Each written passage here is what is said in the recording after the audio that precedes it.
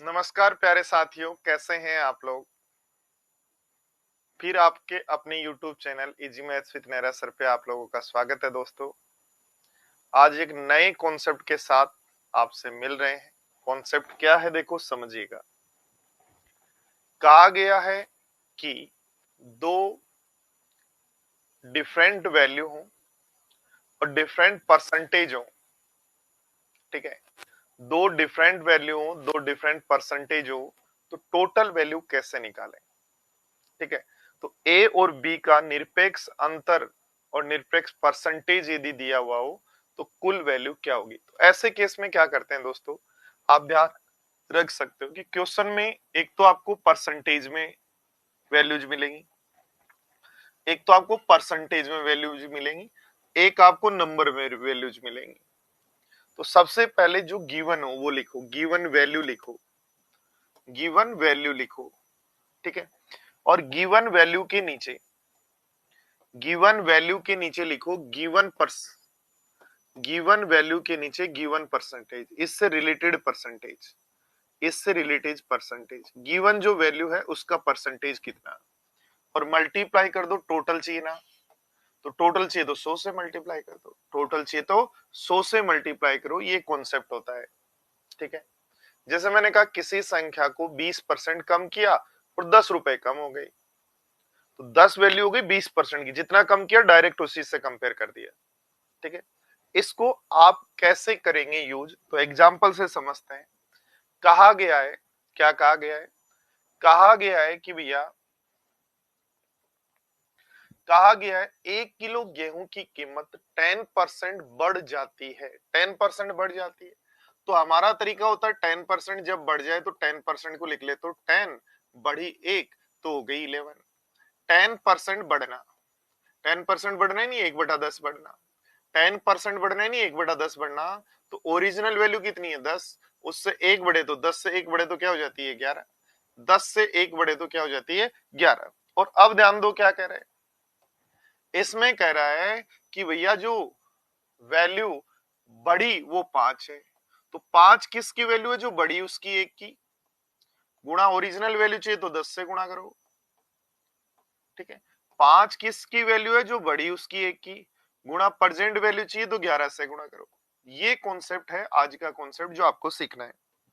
जैसे क्या कहा गया है, राम और मोहन एक परीक्षा में बैठे, दोनों के अंकों का अंतर है 90, तो रियल में जो अंतर है वो 90 है, और परसेंटेज में अंतर कितना है 30। तो 90 डिफरेंस है रियल में, परसेंटेज में डिफरेंस है 30, और टोटल चाहिए तो इंटू कर दो 100 से। तो इसका ना टोटल जो एग्जाम थी वो 300 मार्क्स की थी। ध्यान दो, कुछ एक्सरसाइज करते हैं। 1 किलो चावल की कीमत 20% वृद्धि हो गई, तो 5 किलो रुपए, 20% का मतलब कितना होता है, 20% का मतलब कितना होता है, तो 20% का मतलब 1/5 होता है, और 1/5 की यदि वृद्धि हुई तो ओरिजिनल प्राइस 5, एक बढ़ा तो अब हो गया 6। अब करना क्या है, सीधा सीधा कहा है कि एक का मान जो है वो 15 है। ये तो कहा है कि 1 किलोग्राम चावल की कीमत 20% बढ़ी, 20% कितना होता है 1/5, 5 से एक बढ़ी तो हो गई 6।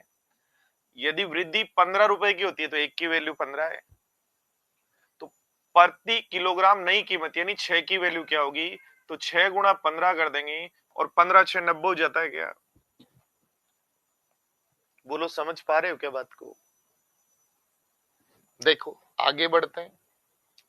यदि पेन की कीमत 15% बढ़े, 15% को सोल्व करोगे तो बन जाएगा 3/20, 15% को सोल्व करोगे तो बनेगा 3/20, तो 20 से 3 बढ़े, और 20 से 3 बढ़े तो 23 हो जाएगी, 20 से 3 बढ़े तो 23 हो जाएगी।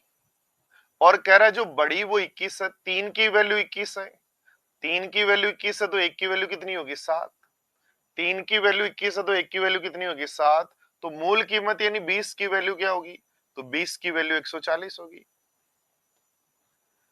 ओरिजिनल 3/20 बढ़ी तो ओरिजिनल प्राइस 20, 3 बढ़ गई तो टोटल हो गई 23, 3 की वैल्यू 21 है तो 20 की वैल्यू क्या होगी। एक पेंसिल की कीमत 12.5% की कमी हो जाती है, तो 12.5% का परसेंटेज होता है 1/8। 1/8 कम हुई तो ओरिजिनल प्राइस कितनी थी 8, एक कम हुई, ये ओरिजिनल है, ये कम हो गई, तो न्यू कितनी हो गई या प्रेजेंट कितनी हो गई, तो प्रेजेंट प्राइस हो गई 8 से एक कम हुई तो 7।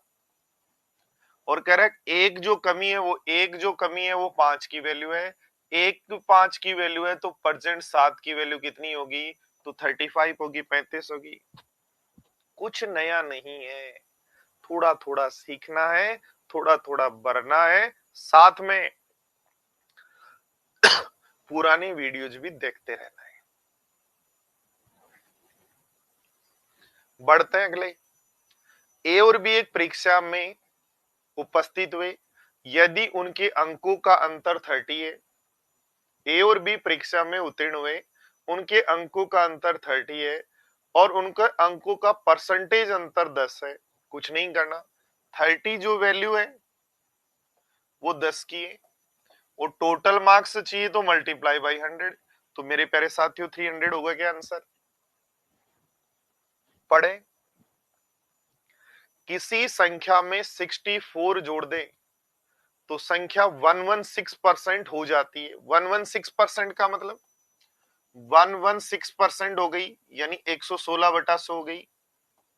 तो ध्यान दो, ओरिजिनल नंबर कितना है 100, हो गई कितनी 116, तो कितना ऐड किया 16। तो जो 64 दिया है वो किसका मान है, जो ऐड किया उसका, यानी 16 का मान है। गुणा ओरिजिनल नंबर पूछ रहा है तो मल्टीप्लाई कर दो 100 से। कुछ नहीं ध्यान रखना, सबसे पहले क्वेश्चन में एक बात मुझे बताओ, इस क्वेश्चन में 64 सोल्व करने वाली बात है या 116%। तो जनरली जो भी क्वेश्चन परसेंटेज या रेशियो का होता है उसमें पहले उस परसेंटेज वैल्यू को सोल्व करते हैं। तो 116% को जब हमने सोल्व किया तो हमारा बन गया 116/100। अब बच्चे क्या करते हैं 64 लिखते हैं, फिर संख्या n लिखते हैं, ये लिखते हैं, वो लिखते हैं। अरे भाई कोई अकबर बाबर की लड़ाई थोड़ी करवानी है, हुमायूं को बीच में और थोड़ी कूदाना है, ये थ्योरी क्यों लिख रहे हो। मैथ्स में सीखने की बात है कि जो भी लैंग्वेज है उसमें सोल्व करने वाला पॉइंट क्या है। 64 को क्या सोल्व करोगे, नंबर ही रहना है, लैंग्वेज लैंग्वेज ही रहनी है।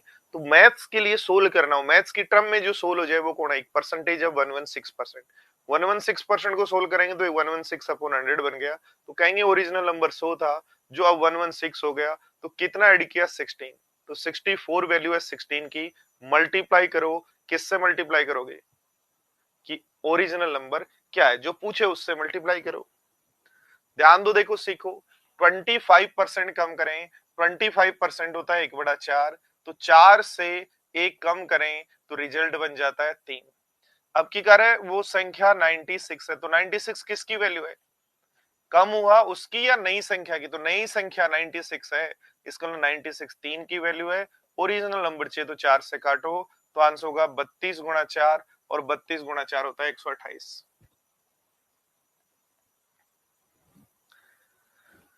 समझे, देखो अगला क्वेश्चन, किसी संख्या में 37.5% जोड़ दें। 37.5% होता है 3/8, और जोड़ना है तो 3/8 जोड़ना है तो ओरिजिनल नंबर 8, 3 हमें जोड़ना है तो 8 में ओरिजिनल डिनोमिनेटर हमेशा ओरिजिनल नंबर, हर हमेशा ओरिजिनल नंबर, ओरिजिनल नंबर 8 में 3 जोड़ेंगे नंबर हो जाएगा 11, और 1320 हो जाती है।